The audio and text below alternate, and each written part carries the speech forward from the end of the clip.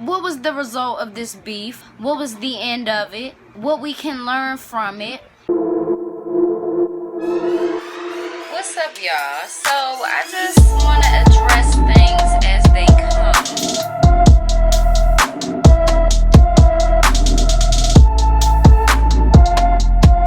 What's up, everybody? It's your girl B Octavia, and I am back with another video. Welcome to my channel. If you are new, my name is B Octavia. I'm 23 years old and I'm from Washington, D.C. I want to get into today's video.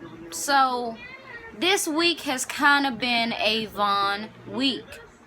Yesterday I did an update on his case and I talked about the suspect who was charged with his murder and how the investigation is closed now. But we didn't talk about the surveillance video and we didn't talk about the beef. So the beef that I will be talking about today will be Quando versus King Von, or King Von versus Quando, however you want to say it. But the rivalry / beef between the two men, where did it start, etc. What was the result of this beef? What was the end of it? What we can learn from it? And like I told y'all, we will be talking about the surveillance video. So let me get that out the way. I first seen the surveillance video on Instagram, you know, or a lot of people seen it on YouTube as well. Now, the first surveillance video, of course, I can't show because that shows King Von getting shot, but I can tell you what we seen. In that video, we can see that a fight is happening and it gets taken into the street where the shots are fired. So from that surveillance footage, a lot of people took from it that King Von's homies, his boys, they ran away, you know, they didn't help him, etc. And a lot of people was really talking bad and down on his friends. Now, I don't feel the same way, and I never felt the way that any of those people felt. I didn't feel like they let him down in any type of way. I didn't feel like he would be disappointed in them. And it goes farther than, you know, them being right there. I never felt that way because, number one, two of them, well, somebody is saying that, you know, two of the men that social media said passed away, one of them is in stable condition. I'm going to check on that, you know what I'm saying? But that's what we have right now. God bless him. King Von's manager was shot as well. And King Von's manager, God bless him too, he came out and said word for word what actually happened. You know, and this is a person that I would call credible because number one, he was there, and number two, he got bullets too. He could not be here as well. So let's note that and give respect where it's due. I never felt like they ran because regardless of how long you've known a person, regardless of the connection and the relationship, a person's natural instinct should not be judged as they wasn't there for Vaughn. I don't feel like it should be judged that way because a lot of times people speak on situations like this and they see it like that when they've never been in a situation like that at all. They've never been shot and they've never been shot at. They've never been around somebody that got shot. You know what I'm saying? Like, you don't understand what a person's natural instinct is to either duck, go for cover. Let me say this. For it to be judged as much as it was, for those men to be judged, and it was only a few seconds that they weren't right there, that says a lot about y'all. Because what are you saying? You're saying what you would do, and you're lying. You're lying. You are lying. You telling me that if, say, I'm his girl, right? He gets shot. I see it. You telling me that I'm just gonna stand right there, or I'm gonna go right there, right now, and get shot too? Who thinks like that in a tragedy? And if you really look at the second one, we'll talk about that in a minute, the second surveillance footage that we seen, it all makes sense to me. The cars are over here.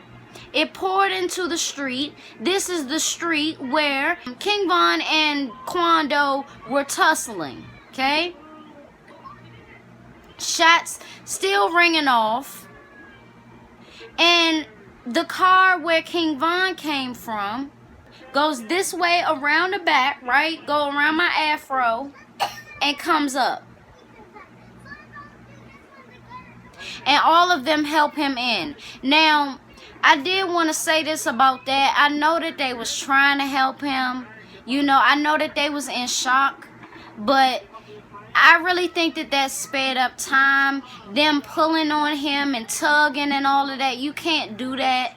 And I don't even know if they knew that. You know what I'm saying? We don't have classes on this type of stuff. We're not trained for this type of stuff. The most that we really know how to do is duck and cover.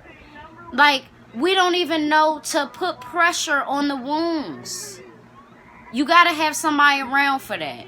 But as we seen in the second surveillance footage, it was right on point with King Von's manager, who said that King Von was acting kind of different. He was acting kind of distant, you know, off to himself.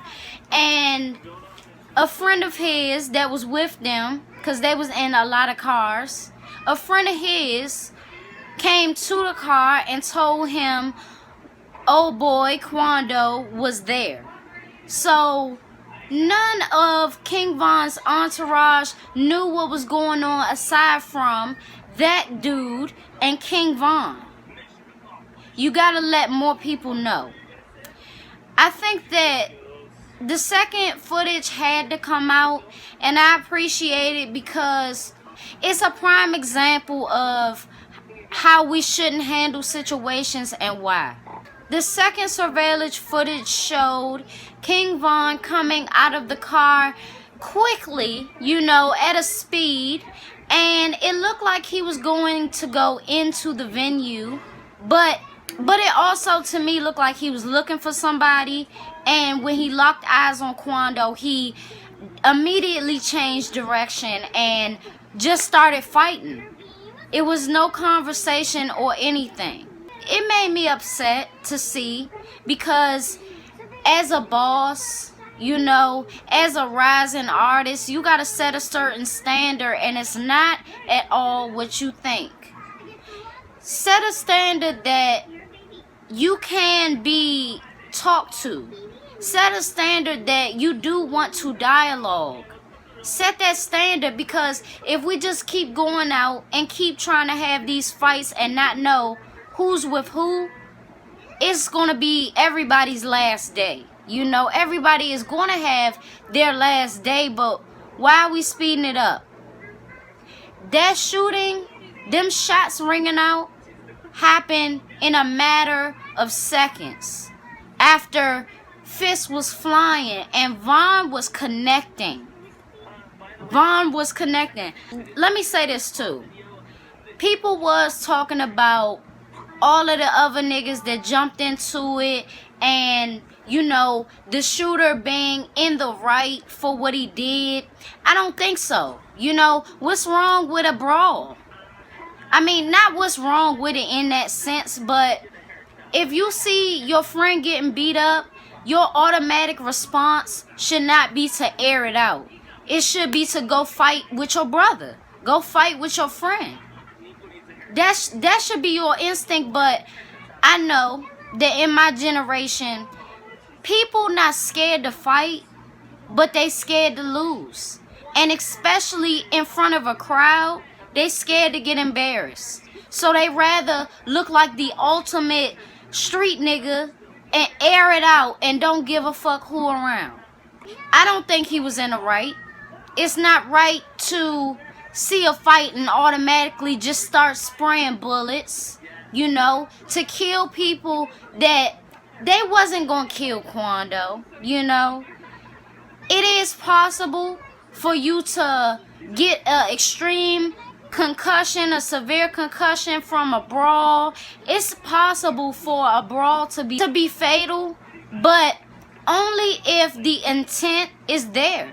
I don't think he wanted to kill Quando. I can tell though from shout out to Gilly, shout out to Wallow, his M Worth a Game podcast interview, I can tell from what he was saying that he was talking about Quando, and I'll tell you exactly what he meant.